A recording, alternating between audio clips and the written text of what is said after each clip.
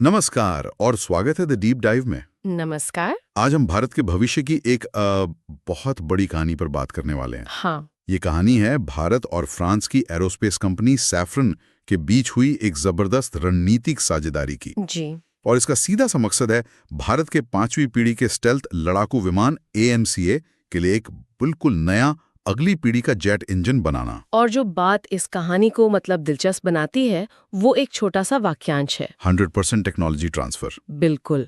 रक्षा सौदों की दुनिया में ये शब्द अक्सर सुनने को मिलते हैं, है ना? हाँ बिल्कुल, लेकिन ज्यादातर वो एक छलावा साबित होते हैं। सही बात है, पर इस बार कहा जा रहा है कि ये सच है। तो आज हमारी पड़ताल का मिशन यही है, इस सौदे की तह तक जाना। क्या ये वाकई में भारत के लिए गेम चेंजर है या ये भी एक और बड़े वादों वाला सौदा है? चलिए देखते हैं। चलिए इन दस्तावेजों की परतों को खोलते हैं और समझते हैं कि तकनीकी, रणनीतिक और भू राजनीतिक स्तर पर इसके असल मायने क्या हैं। तो चलिए बिल्कुल शुरुआत से शुरू करते हैं। जब भी हम लड़ाकू विमानों की बात करते हैं तो ध्यान उनकी रफ्तार, उनके रडार, मिसाइलों पर जाता है। हाँ, मिसाइलों पर जाता है।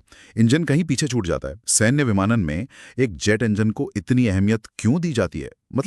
ये इतना मुश्किल क्यों है? हाँ, ये सवाल बहुत सही है, क्योंकि अक्सर सारा ध्यान विमान के, आप कह सकते हैं, बाहरी तामझाम पर होता है, उसके दिल पर नहीं। और जेट इंजन किसी भी लड़ाकू विमान का दिल ही होता है। देखिए, ये सिर्फ एक मशीन नहीं है जो विमान को आगे धकेलती है।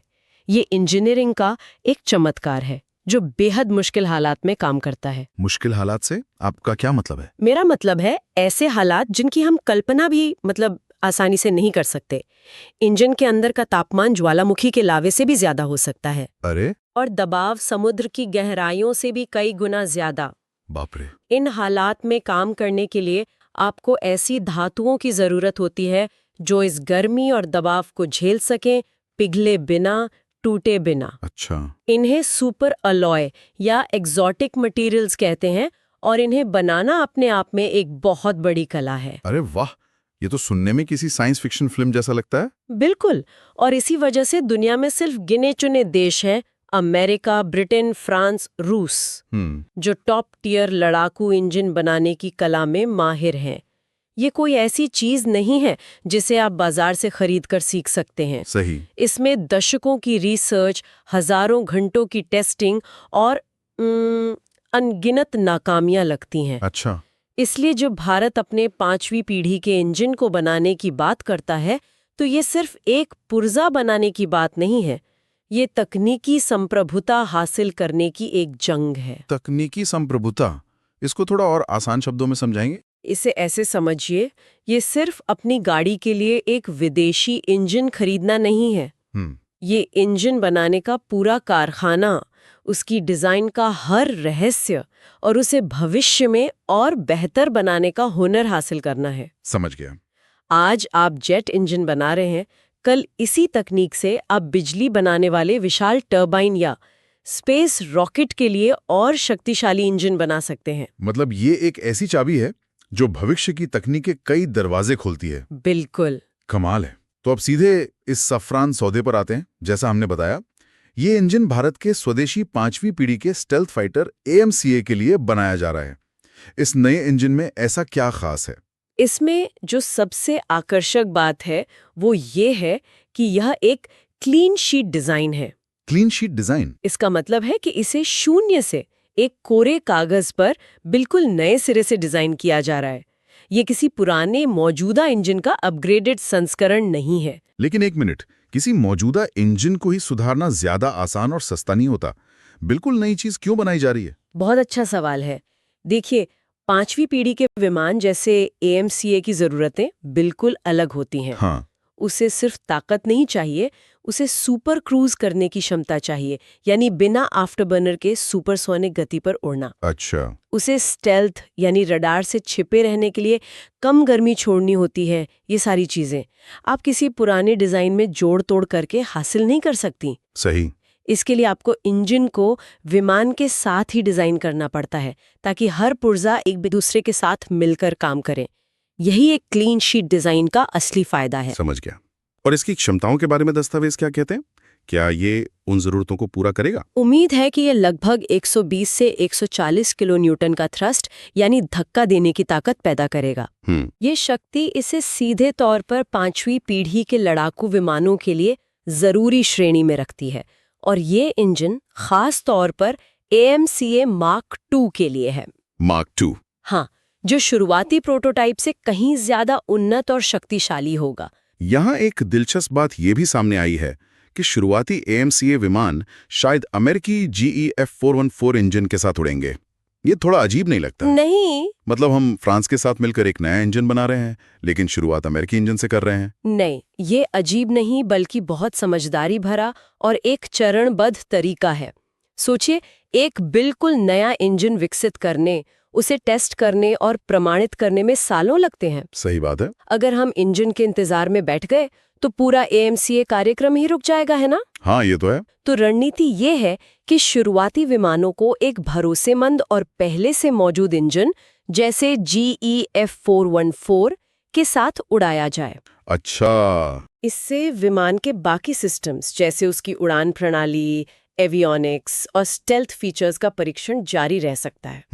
और जब हमारा नया भारतीय फ्रांसीसी इंजन पूरी तरह से तैयार और प्रमाणित हो जाएगा तो उसे उन्नत AMCA Mk2 में लगाया जाएगा। तो एक तरह का सेफ्टी नेट है ताकि पूरा प्रोजेक्ट एक चीज के इंतजार में अटका ना रहे। बिल्कुल। लेकिन क्या इसका एक खतरा ये भी है कि अगर स्वदेशी इंजन में बहुत ज्यादा देरी हुई तो हम एक तरह से अमेरिकी GE इंजन के इकोसिस्टम में और ज्यादा फंस जाएंगे? ये एक वाजिब चिंता है और इसीलिए समय सीमा का पालन करना बहुत जरूरी होगा। लेकिन ये एक सोचा समझा जोखिम है। बिना इसके कार्यक्रम के शुरू होने में ही सालों की देरी हो सकती थी। चलिए अब उस जादुई वाक्यांश पर आते हैं जो हर जगह सुनाई दे रहा है, 100% टेक्नोलॉजी ट्रांसफर। हमने पहले भी रक्षा सौदों में ऐसे वादे सुने हैं, लेकिन अक्सर होता यह है कि हमें सिर्फ पुर्जे जोड़ना सिखाया जाता है, उन्हें बनाना नहीं। इस बार ऐसा क्या है जो इस वादे को ज्यादा विश्वसनीय बनाता है? यही इस सौदे का दिल है। सैफरॉन के CEO के बयानों और उपलब्ध जानकारी के अनुसार इस बार बात सिर्फ ब्लूप्रिंट देने की नहीं है। अच्छा। इसमें इंजन की कोर टेक्नोलॉजी तक पूरी पहुंच शामिल है, खास तौर पर इंजन के हॉट सेक्शन के पुर्जे। Hot section? हाँ, जैसे टर्बाइन ब्लेड्स और कंबशन सिस्टम। ये हॉट सेक्शन इतना खास क्यों है? ये बाकी पुर्जों से अलग कैसे है? जैसा कि नाम से ही जाहिर है, ये इंजन का वो हिस्सा है जहां सबसे ज्यादा गर्मी और दबाव होता है। ये वो जगह है जहां ईंधन जलता है और असल शक्ति पैदा होती है। यहीं पर वो सुपर अलॉय इस्तेमाल होते हैं जिनकी हम बात कर रहे थे। अच्छा। ये किसी भी जेट इंजन की सबसे गोपनीय, सबसे सुरक्षित रखी जाने वाली तकनीक होती है। मतलब ये सीक्रेट सॉस है? बिल्कुल। इन्हें एरोस्पेस की दुनिया के ताज के हीरे माना जाता है। कोई भी देश ये तकनीक आसानी से किसी को नहीं देता। सही।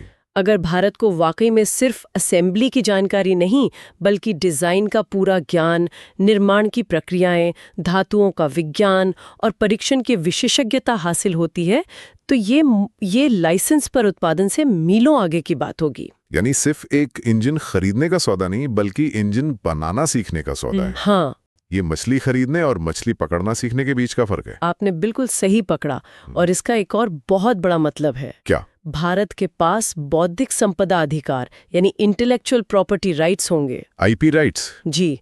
इसका सीधा फायदा ये है कि भविष्य में भारत बिना किसी विदेशी अनुमति के इस इंजन को अपनी जरूरतों के हिसाब से अपग्रेड कर सकेगा, इसमें बदलाव कर सकेगा और शायद इसका इस्तेमाल ड्रोन या दूसरे विमानों पर भी कर सकेगा।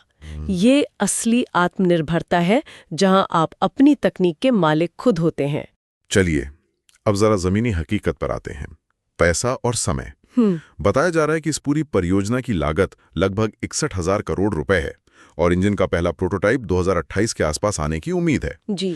ये आंकड़े कितने यथार्थवादी लगते हैं? 61,000 करोड़ एक बहुत बड़ी रकम है। सुनने में 61,000 करोड़ बहुत बड़ी रकम लगती है और है भी, लेकिन इसे वैश्विक परिप्रेक्ष्य में देखना जरूरी है। अच्छा। अमेरिका का F-35 जो दुनिया का सबसे महंगा फाइटर प्रोग्राम है, सिर्फ उसके इंजन को विकसित करने में इससे कई गुना ज्यादा पैसा और समय लगा था। अरे वाह। उस लिहाज से देखें तो एक पूरी नई पीढ़ी की तकनीक बनाने के लिए ये एक बहुत सोचा समझा निवेश है। बहुत ज्यादा नहीं। और 2028 तक प्रोटोटाइप बनाने की समय सीमा के बारे में क्या कहेंगी? ये तो काफी महत्वाकांक्षी लगता है। महत्वाकांक्षी जरूर है, लेकिन नामुमकिन नहीं। इसे हासिल करने के लिए 2 चीजें बहुत जरूरी होंगी। पहला, फैसले बहुत तेजी से लिए जाएं और वो लाल फीताशाही की कोई अड़चन न हो। सही है। दूसरा, भारत को अपने परीक्षण के बुनियादी ढांचे यानी टेस्टिंग फैसिलिटीज को युद्ध स्तर पर तैयार करना होगा। एक इंजन बनाना एक बात है, उसे हजारों घंटों तक अलग अलग परिस्थितियों में टेस्ट करके ये साबित करना कि वो भरोसेमंद है, बिल्कुल दूसरी। तो प्रोटोटाइप बना लेना ही मंजिल नहीं है, बल्कि सफर की शुरुआत है। सफर की शुरुआत है। हाँ, असली चुनौती सर्टिफिकेशन और लंबी अवधि के विश्वसनीयता परीक्षण में होगी। Reliability testing. बिल्कुल। आपको ये सुनिश्चित करना होता है कि इंजन हिमालय की ठंड में, रेगिस्तान की गर्मी में और हवा में तेज कलाबाजियों के दौरान हर बार बिना किसी गड़बड़ी के काम करे। इस पूरी प्रक्रिया में 2030 के दशक की शुरुआत तक का समय लग सकता है। प्रोटोटाइप के बाद भी कई साल। जी, और ये बिल्कुल सामान्य बात है। किसी भी उन्नत इंजन कार्यक्रम के लिए यह एक मानक समय सीमा है। हम इस विषय पर भारत के अपने कावेरी इंजन का जिक्र किए बिना आगे नहीं बढ़ सकते। बिल्कुल नहीं। वो एक ऐसा प्रोजेक्ट था जिससे बहुत उम्मीदें थीं, लेकिन जिसे बड़ी असफलताओं का सामना करना पड़ा। वो अनुभव इस नई परियोजना के लिए क्या सबक देता है? कहीं वो इतिहास खुद को दोहरा तो नहीं देगा? कावेरी का जिक्र करना यह बहुत जरूरी है, क्योंकि वो कोई पूरी तरह से विफलता नहीं थी। वो एक बहुत महंगा और मुश्किल सबक था। कावेरी कार्यक्रम की 2 मुख्य समस्याएं थीं। पहली, 90 के दशक में जब ये शुरू हुआ, तब परमाणु परीक्षणों के बाद हम पर कई तरह के अंतर्राष्ट्रीय प्रतिबंध लगे थे। सही। हमें महत्वपूर्ण और जटिल तकनीकों तक कोई पहुंच नहीं मिली। जो भी हमने किया, अकेले किया। और दूसरी समस्या क्या थी? दूसरी समस्या थी अनुभव की कमी। हमारे पास इस तरह के उच्च प्रदर्शन वाले इंजन का परीक्षण करने और उसे एक विमान के साथ जोड़ने का मतलब पर्याप्त अनुभव और बुनियादी ढांचा नहीं था। अच्छा। हमने टर्बाइन ब्लेड बनाने जैसी मुश्किल चीजें तो सीख लीं, लेकिन पूरे सिस्टम को एक साथ लाकर काम करवाना एक बहुत बड़ी चुनौती साबित हुई। तो ये जो सैफ्रॉन के साथ साझेदारी है, ये सीधे तौर पर उन्हीं कमियों को दूर करती है। सीधे तौर पर ये सैफ्रॉन साझेदारी दशकों का अनुभव, सिद्ध तकनीक और विश्व स्तरीय विशेषज्ञता को सीधे इस कार्यक्रम में ला रही है। सैफ्रॉन के पास वो ज्ञान है जिसे हासिल करने में शायद और 20 साल लग जाते। अच्छा। अगर इस सहयोग का प्रबंधन सही तरीके से किया गया तो ये आखिरकार भारत को जेट इंजन सीखने की उस आखिरी बाधा को पार करने में मदद कर सकता है, जिसे कई देश कभी पार नहीं कर पाते। बिल्कुल। एक तरह से ये कावेरी के अधूरे सपने को पूरा करने जैसा हो सकता है। तो जब हम पूरी तस्वीर को देखते हैं, सारे बिंदुओं को जोड़ते हैं, तो ये सौदा सिर्फ एक इंजन या एक विमान खरीदने बेचने से कहीं ज्यादा बड़ा नजर आता है। बिल्कुल। इसका असली महत्व प्रतीकात्मक और रणनीतिक है। यह भारत के उस चुनिंदा और विशिष्ट देशों के क्लब में शामिल होने का टिकट हो सकता है जो उन्नत लड़ाकू जेट इंजन डिजाइन करने, विकसित करने और उत्पादन करने में सक्षम है। आज की दुनिया में ये एक बहुत बड़ी भू राजनीतिक और तकनीकी उपलब्धि होगी। जी हाँ। ये आत्मनिर्भर भारत की सोच को सिर्फ नारों से निकालकर जमीनी हकीकत में बदलता है।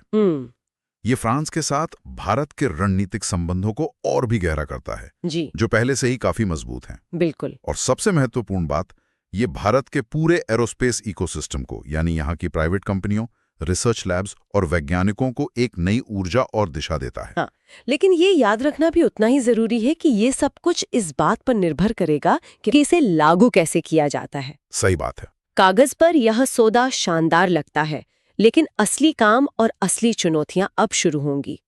वादा हकीकत में बदलता है या नहीं, ये आने वाले सालों में पता चलेगा। इसमें कोई शक नहीं कि ये दशकों में भारत द्वारा हस्ताक्षरित सबसे महत्वपूर्ण और दूरगामी परिणाम वाली रक्षा प्रौद्योगिकी साझेदारियों में से एक है। सफलता और विफलता के बीच का अंतर बहुत बारीक होगा। लेकिन अगर ये सफल होता है तो ये भारत की तकनीकी तकदीर बदल सकता है। और इस पूरी चर्चा से एक सवाल मेरे मन में घूम रहा है। बताइए। मान लीजिए ये साझेदारी पूरी तरह सफल हो जाती है, भारत वाकई में जेट इंजन बनाने की तकनीक में आत्मनिर्भर हो जाता है, तो आज से 15-20 साल बाद इसकी रक्षा कूटनीति पर इसका क्या असर पड़ेगा? क्या